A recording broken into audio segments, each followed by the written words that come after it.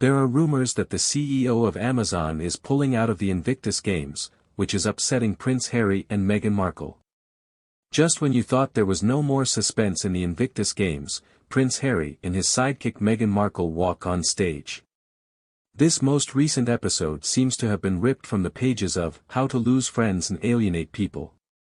However, before we go any further, do subscribe and enable the notification bell. It is reported that the CEO of Amazon chose to reveal the sponsorship of the Invictus Games in a move that caught no one off guard. But wait, there's more. Sponsors are departing more quickly than people at a dull party, which has our darling Harry in a panic. Now, let's establish the scenario. Imagine this: Harry and Meghan brought their beauty to Canada. Speaking passionately about their significant visit, they released exclusive pictures like they were hot potatoes. Perfectly groomed, Harry and Meghan, wearing an olive gown designed by a Canadian, grinned as though they hadn't just derailed one of Harry's most treasured endeavors. Here's where things get juicy, though.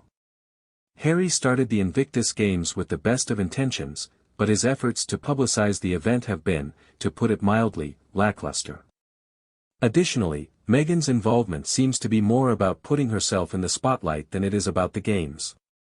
Meghan is the main focus and plays no meaningful part other than to concentrate on herself. The Invictus Games are rapidly devolving into a PR catastrophe of the highest caliber. What's the actual kicker? One of their primary sponsors, Amazon, has withdrawn because of unfavorable outcomes brought about by specific people. It's a somewhat overt homage to our main characters. This move's financial openness is about as clear-cut as a soap opera plot.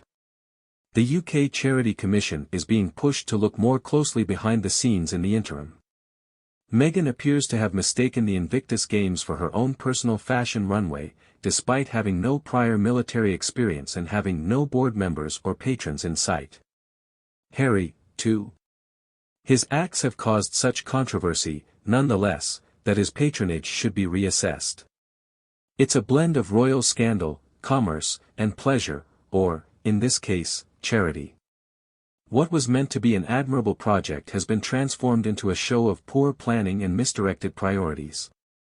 The veterans, the real stars of the Invictus Games, deserve more than to be eclipsed by the opulent exploits and fashion conflicts of a couple.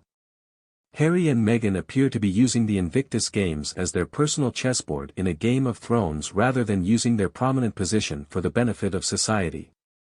Our royal outlaws have undoubtedly left their mark in a world where deeds speak louder than words, but maybe not in the way they had intended. Harry, meanwhile, is anticipated to visit Britain again this year to commemorate the Invictus Games' 10th anniversary.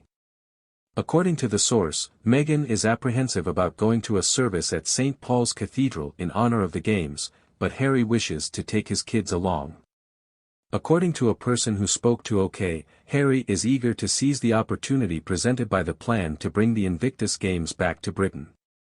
He is emphatic that he wants Meghan and the kids to come live with him, but I believe she could be nervous and that she is uncomfortable in the UK. According to the source, Harry is eager for his whole family to accompany him.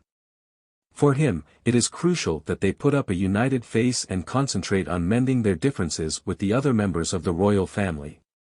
One thing is certain, notwithstanding the uncertain future of the Invictus Games, Harry and Meghan's plan of fusing celebrity flamboyance with royal charm may prove to be their downfall.